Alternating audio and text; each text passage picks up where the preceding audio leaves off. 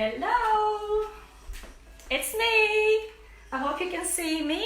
I'm doing the camera the other way around, so I'm not sure what's happening there, so that you can read my text. That's not in mirror writing. I'm Dr. Veerle van Tricht, and I love helping people holistically. Even though during my day job I mainly help people see better through surgery, I also like to give people lifestyle advice, as I'm a coach, and also other health advice, like the things you can avoid, the things that you can do to improve your health. And today I'm gonna show you some research that I've done, because I see a lot of people who have herpetic infections of the eye. Now, me personally, I have suffered in the past with cold sores. It's very common. There's also the herpetic viruses. There's several of them. I'm gonna show you just now which ones. But for anybody who has any form of herpetic recurrence, infections, even zoster, should pay attention, because there's some things you can do in everyday life that might make the number of recurrences you get less. Okay, so let's see whether this slideshow will work for me. So hey, beautiful slide. Yes, we'll get out of the way. So what we will cover today is, I first want to show you that there are several herpetic viruses. When I say to somebody I'm going to talk about herpes, most people cringe and they think like sexually transmitted disease, and there's like a stigma about it. But there's a lot more herpetic viruses, and they get transferred in different ways. Some viruses get transferred just through the air. Other ones, like the herpes simplex virus 1 and 2, which is the main one I will talk about today, is skin to skin contact. So it might be from cold sore to eye, for instance. It doesn't always have to be sexually transmitted, even though that also happens. So we'll talk about how you can avoid spreading the virus around. Another thing we're going to cover today is how can you get it, and how can you avoid spreading it around, especially adults who can tolerate it well, but if they have cold sores and they kiss little children or babies, that can have very serious effects on children, especially babies, because they're not ready to fight those kind of viruses yet. And then I will give you Dr. V's special 3 steps to avoid flare-ups. So here's a cute little, that's our epithelial cell. Here's the virus going into the epithelial cells. And viruses are so clever, because they actually use the cell DNA and come up with a new version of themselves. And that's how they hide and can infect the other human cells next door, because they carry a bit of the local of our DNA, and that's how they hide themselves from our immune system.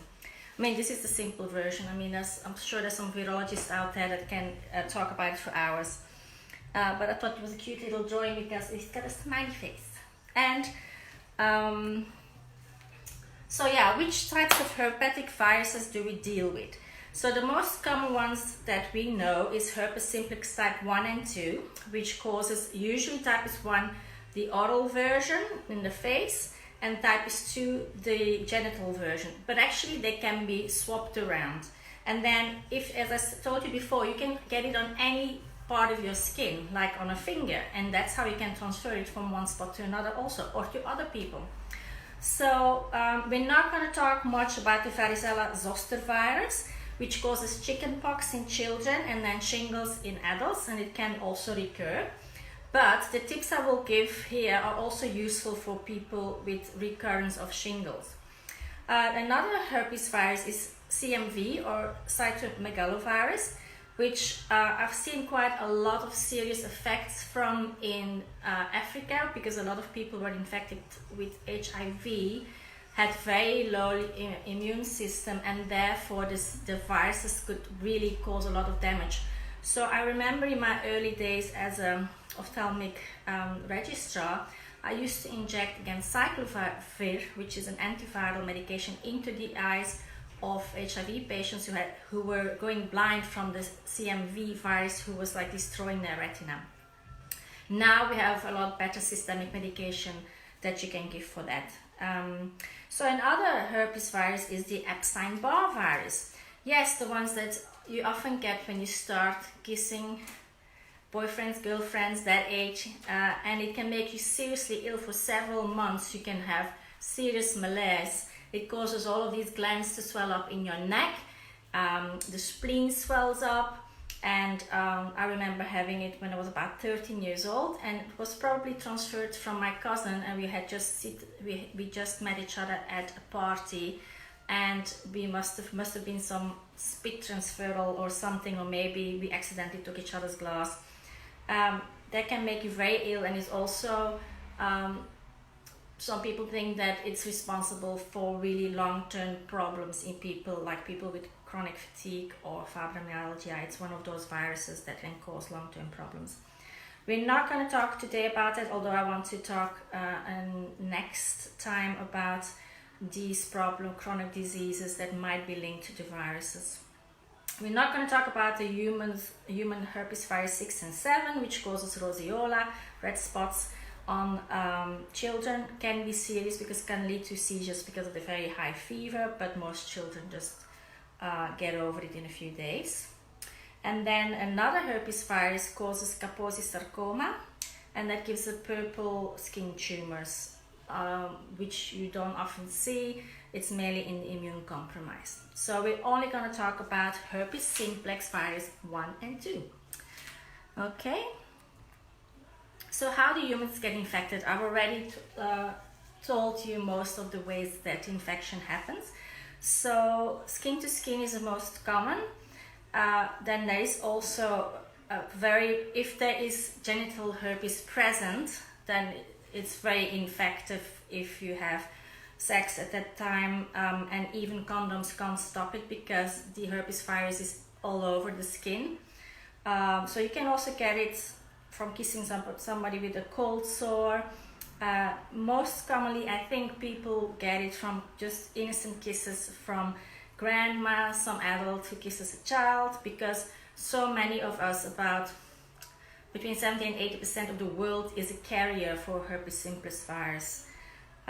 Also, you can transfer it by sharing a glass or a towel. So hygiene is extremely important when you think you have a flare-up, because you're shedding the virus and you don't want to infect anybody else, especially not immunocompromised people, elderly and babies.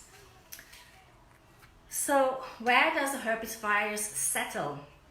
The virus, once it's inside of you, actually likes to settle in the sensory neurons. Those are the nerves that we feel with. So we have the trigeminous nerve here with 3 big branches. That's why some people get it on the top lip, some people get it on the lower lip, some people get it in the eyes. So I've already explained how the virus happily makes copy of itself in the epithelial cells, and unfortunately they stick with us forever. But when we are stronger with a good immune system, then it doesn't stand a chance. However, a flare-up or recurrence of herpes infection gets triggered by skin damage, by stress, by another illness, whether it's viral, but might also be a bacterial infection. I recently saw somebody who got antibiotics for an ear infection and then got herpes zoster ophthalmicus, which is around the eye, which can give serious and long-term problems with vision. I mean, in worst case scenario, you can go blind from that. So it can be really serious depending on which part of the body is affected. And usually the more, like with cold sores, I remember I suffered from it in my teens really badly, and now it's getting less and less. But I also take vitamin C almost every day, and that is one of the things that would help to avoid recurrences. So yeah, in different places in the world the figures are a bit different, but they estimate that 67% of the people under 50 are affected, and some of them don't even get symptoms and don't know they have it. But the ones amongst us that know we have these infections like cold sores or herpes in the eye, we can get recurrent symptoms. So they come and go. We will always carry it in our body. So when we get weak, it will come out. And it's life-threatening in babies. So you have to be very careful not to kiss any babies when you have a cold sore or when you're struggling with any other form of herpes infection. So this is how we know it most. This is very common. Maybe you didn't realize you could transfer it also just by your hands touching cold sore, whether it's in the genital area or on your face, and then that's how you can transfer it to other people or to another spot on your body. So I just want to make you aware again, because this is something we can do when we become aware, that stay away from babies if you have a herpes virus active infection, because they are not ready to fight the virus yet, and it can lead to seizures in babies. And also women who know that they have genital herpes, if it's active, they will probably not be able to do a natural birth, because we don't want to risk the baby getting infected while it passes through the birth canal. They might give antivirals to the mother. They might do a cesarean section instead to protect the baby. And so yeah, babies can get it also on their skin, eye and other mucous membranes. But unfortunately in babies it can infect not only the peripheral nerves but also the central nervous system, which can lead to death if they get a disseminated infection. This means it spreads all over the body and children can die, babies can die from it. So I just want to make sure that you are aware of that and stay away from babies. Don't go visit newborn babies when you're having an active infection, please. So what are my 3 favorite steps to avoid a herpetic recurrence? It's always going to be what not to do, what to do, and then stress management, because stress lowers your immune system, and then all of the other viruses, bacteria, fungi that live in our body can pop out and be stronger than us and manifest. So it's always a good thing too. So things to avoid. Avoid lack of sleep. In some societies, people are proud of the fact that they don't need a lot of sleep, but I think it's an untruth, because I think most people need sleep between 6 to 9 hours every night, preferably during dark times. So people who work at night, very bad for your immune system, and people who get not enough sleep, very bad for your immune system. You will probably get more recurrences if you do either or. If you stay until the end of this presentation, there's a link to my checklist for better sleep that you can download for free. So also stress, you need to avoid it. So if you're in a stressful relationship, if you're very stressed at work, you need to address it. So if any of you need help with that, I have a whole stress management and time management program that you can contact me for. And I also do one-to-one coaching where I really teach you the techniques to have less stress, and very powerful techniques that you can, go from being stressed to relaxed like just in a minute, which is really handy because we're constantly on the go and never, so our system is actually constantly in the stress version and not in the relaxed version, unfortunately. So this might be surprising for some of you. Things to avoid are arginine-rich foods. So it turns out people that have problems with herpetic recurrences get more recurrences when they eat nuts and seeds, beans and lentils, soy and tofu, gelatin, canned tuna, chicken, egg, wheat, raw garlic and onion, chocolate syrup. This is really bad news for people who want to be vegetarian. Let me know how many of you are vegetarian who are watching this, or vegan, and this might be a problem. But luckily, I will teach you the foods that are actually good for you. So here's another tired doctor. Stressful job, working at night, not sleeping enough, not good for you. So what are the things to do? So you can boost your immune system with, I call it rainbow food, and I'll show you a photo of it just here. So all of these things boost your immune system because they have all of the good antioxidants, minerals and stuff in it that helps your immune system to keep the viruses at bay, as well as bacterial infections, and it's good for your microbiome. So let's go back to this slide. So instead of the foods with arginine, eat the foods with lysine. So which foods have lysine is? In wild fish, yay! We have this beautiful Scottish and Welsh salmon that we can eat here. Red meat, cheese, and then all of these colorful vegetables and fruits are good for your immune system, and you can have them. Green leafy vegetables, also always a good choice. So there's enough choice, really, isn't there? So then, especially in the places on the planet where there's not much sunshine, you might either take a supplement of vitamin D and definitely vitamin C. A lot of studies have been done that if you feel a tingle coming up, whether it's there or somewhere else, and you think like, oh, I think I'm getting a cold sore, if you take a lot of vitamin C, 1000 milligrams, I take that every day, but if you feel it coming up, you can take one every hour even. You can't really overdose on it because you will pee out the extra. Might stop a recurrence from breaking through. So that is powerful advice, people. Now, otherwise also, another thing that might surprise you is as soon as you wake up in the morning, wash your hands. Because you might have an itch somewhere and you might have touched it, and then your virus might be on your finger. So before you do anything else, good washing with warm water, soap, and at least 30 seconds and go everywhere. Okay, I think that is good advice. Also, with the whole food thing, maybe you should keep a diary so that you stay away from certain foods for a week or for a month and see how you feel differently, whether you have less flare-ups, so you can learn what triggers you off and what is actually stopping the recurrence. So here we got our lots of good options to eat.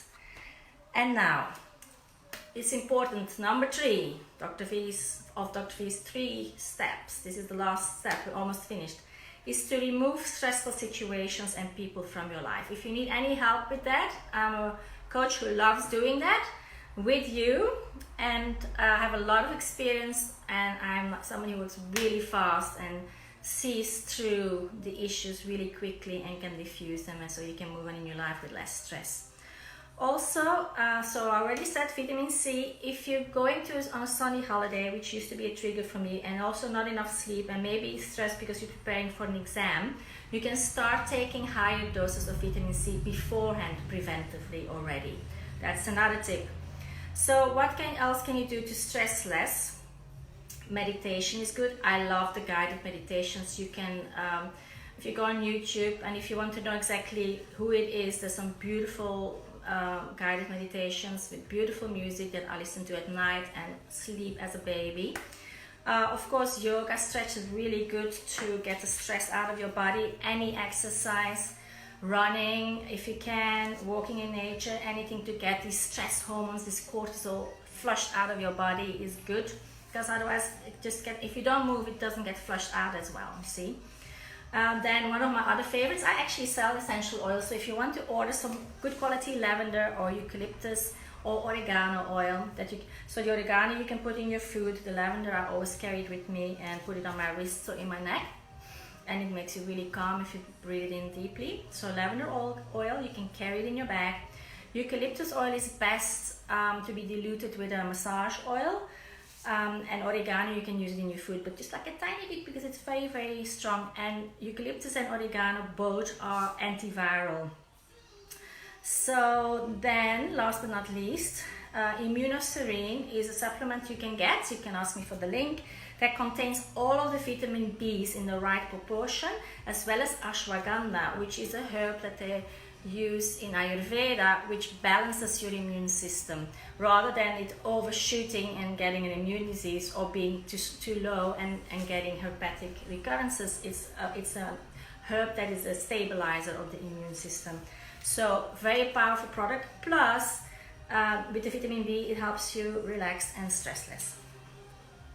So I hope you're enjoying this presentation. This is a photo where I was relaxing and laughing with my daughter in nature, and just contact with earth. Love it when you're stressed and there's some grass outside that's not wet. Go and enjoy it. It's a very good form of relaxing. So here we go. This is the link to the checklist, the 10 Commandments of Well Sleeping, that you can get on my website, burnoutexpert.co.uk. It's a big website, so if you want to go straight to the link rather than to get lost with all of the extra material that's on there, there's a lot of valuable stuff on there. There's an online program on there that you can buy for time management, and how to boost your energy is a very big module on there that you can buy, as well as healing your relationships, finding your life purpose. I have 6 modules on there that you can learn from, with videos, worksheets and meditations. Actually, yeah, you can get those also from my website. So another freebie for you who are still here at the end is my free ebook, How Professional Women Can Avoid Burnout. That's also available from my website, burnoutexpert.co.uk. I would really love it if you guys could like, share and comment on this video, because there's so many people who carry the herpes virus, and I'm sure you've learned something that is really important today. So if you could share and comment what your biggest learn was from this video, that would make me really happy, because I really want to do this to make a change somehow, so that you can all lead a better life. So furthermore, if you need some help with stress and time management, for instance, here's my phone number. You can phone me and we can see how we can work together. Okay, much love from Dr. V. Mwah. And implement some things and let me know whether the itch stayed away a bit longer than usual. Cool. We need to stop this video now.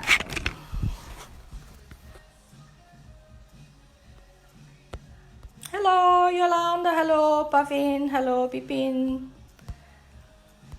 That's my garden here, but I'll finish now, okay? In my beautiful kitchen, which is relatively clean for the moment, and my doggy woggy.